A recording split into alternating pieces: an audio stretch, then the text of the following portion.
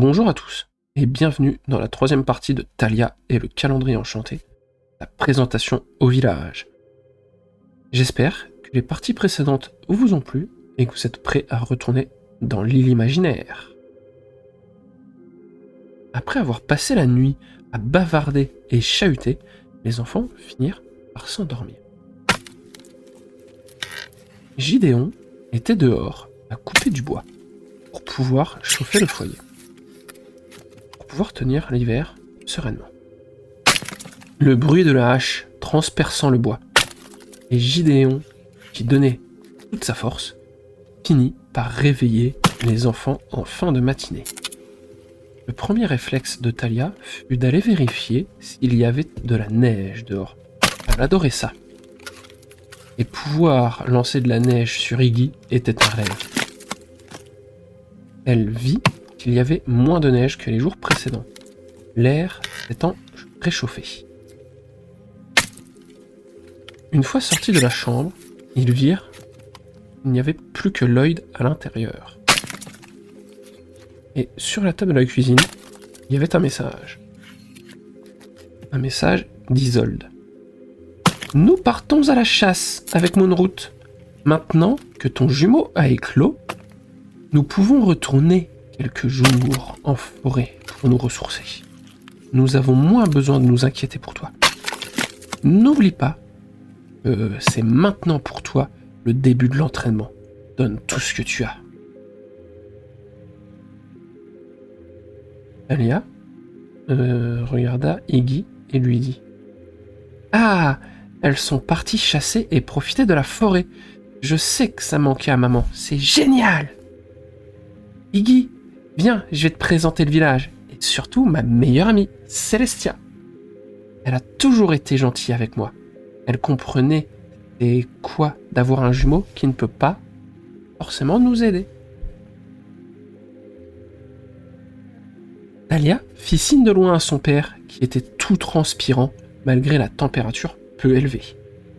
Voyant sa fille lui faire signe, prête à faire le tour du village avec Iggy, avant d'avoir pu la prévenir que certaines personnes peuvent avoir peur d'un dragon noir, Gideon, pris de court, demanda à Lloyd de les surveiller discrètement et de le tenir informé. Thalia et Iggy se baladèrent en ville.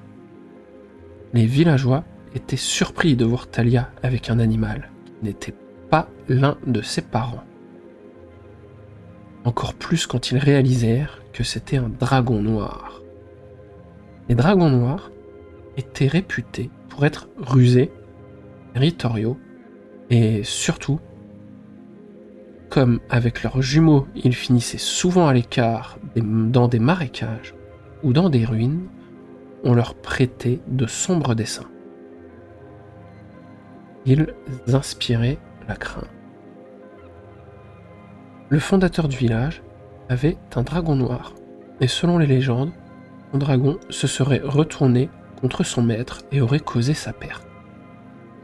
Certains villageois prirent peur, esquivant nos deux comparses. « Regarde, là, c'est la boulangerie. Ça, c'est mon école. Tu pourras m'y accompagner après les vacances. Il y a de la place aussi pour nos jumeaux. Ah, et là, c'est la maison de Celestia. On est arrivé. Salut Celestia !» Thalia courut vers son ami et lui fit un câlin. Celestia, ravie de voir son ami, lui demanda intriguée. « Ah, mais je crois que tu n'es pas seul, c'est ton jumeau ?»« Enchanté, maître dragon. Je me présente, je suis Celestia, et voici Glacialis, mon jumeau et ami. » À côté de Celestia, il y avait une petite étendue d'eau et de glace, où se situait un animal dont le pelage gris clair, parsemé de taches plus sombres, offrait un camouflage parfait dans cet environnement hivernal. Il avait de grands yeux ronds et marrons qui reflétaient à la fois sa curiosité et son innocence. Il fit coucou de ses nageoires à nos amis. Célestia reprit. Je n'avais jamais vu de dragon. On m'en a beaucoup parlé. On m'a même dit de me méfier des gens avec un dragon noir. On les dit malicieux et fourbes comme leur dragon. Mais toi et ton jumeau, je sais que vous ne pourrez jamais faire de mal au village.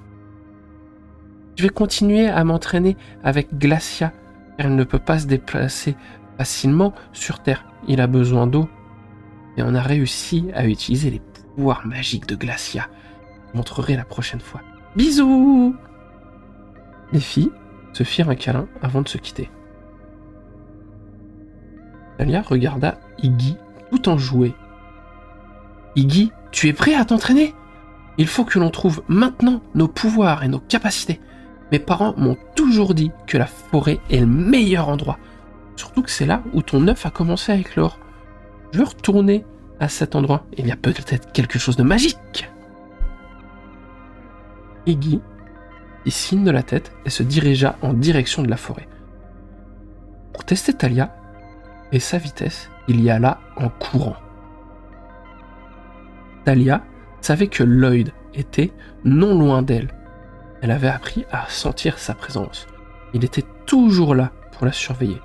Ses parents et leurs jumeaux étaient très protecteurs.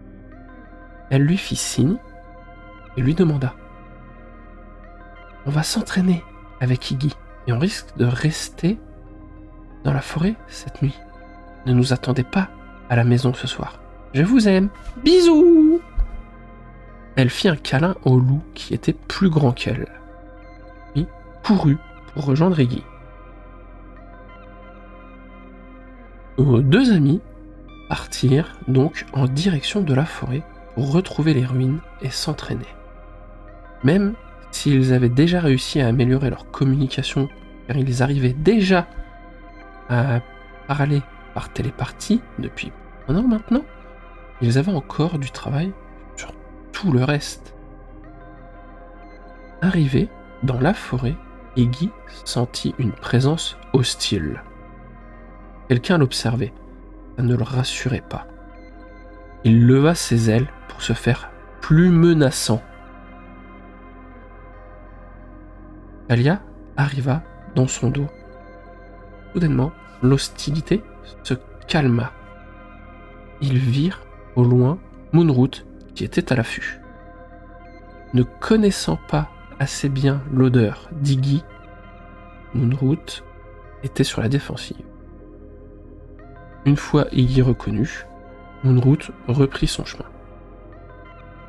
Nos amis mirent beaucoup de temps à arriver près des anciennes ruines. Il commençait à être tard. Le crépuscule s'installait. Ils prirent quelques minutes pour cueillir quelques fruits, des baies, notamment, et quelques branches sèches pour faire un feu. Les ruines étaient dans le même état depuis leur dernière visite. Thalia, reste sur tes gardes. Je sens de la magie ici.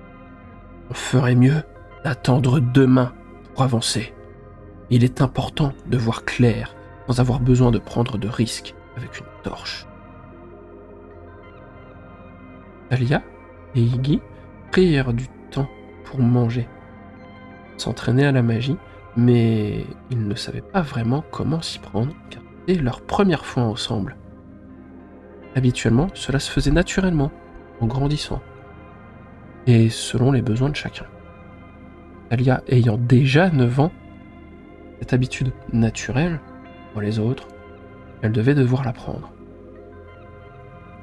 Mais elle s'était déjà beaucoup renseignée, et elle savait qu'elle allait devoir commencer à retrouver leur principale affinité magique.